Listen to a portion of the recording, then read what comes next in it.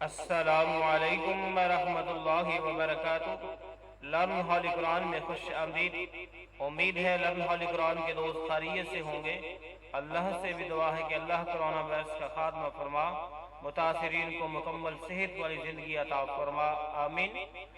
آج آپ کی خدمت میں زندگی کی حاجتوں اور ضرورتوں کے لیے خصوصی دعا، حاجتوں اور ضرورتوں کو پوری کرنے کے لیے جو سیدنا موسیٰ علیہ السلام نے اللہ رب العالمین سے کی تھی، تو اللہ رب العالمین نے ہر چیز کا بندوبست کر دیا۔ پڑھتے ہیں، سیدنا عبداللہ بن عباس رضی اللہ تعالی عنہ فرماتے ہیں، سیدنا موسیٰ علیہ السلام جب مصر سے نکلے تو ان کے پاس کھانے کی کوئی چیز نہ تھی، سبزیاں اور درختوں کے پتے کھا کر سفر طے کرتے رہے۔ جب مدین پہنچے تو بکریوں کو پانی پلا کر سائے میں بیٹھے تو بھوک سے برا حال تھا، تو اس وقت یہ دعا فرمائی کہ میں بھوکا ہوں، کچھ کھانے کو دلا، اور بے سہارا اور بے وطن ہوں، کوئی ٹھکانہ عطا فرما۔ چنانچہ اللہ تعالیٰ نے دعا کو قبول فرمایا اور سارا بندوبست فرما دیا۔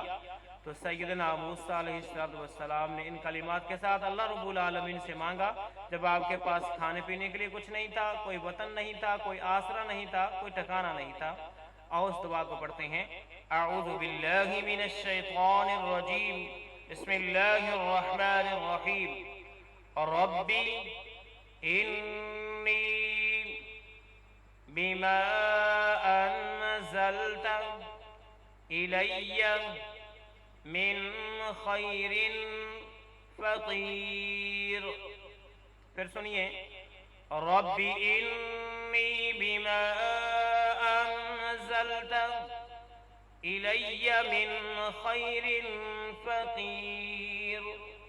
معنی سن لو، اے میرے رب، اس وقت جو نعمت تو مجھ پر اتارے، ٹھیک ہے، اس وقت جو نعمت تو مجھ پر اتارے میں اس کا محتاج ہوں، ٹھیک ہے۔ سورۃ قصص آیت نمبر 24 کا یہ حصہ جو آپ پڑھ رہے ہیں، سن رہے ہیں۔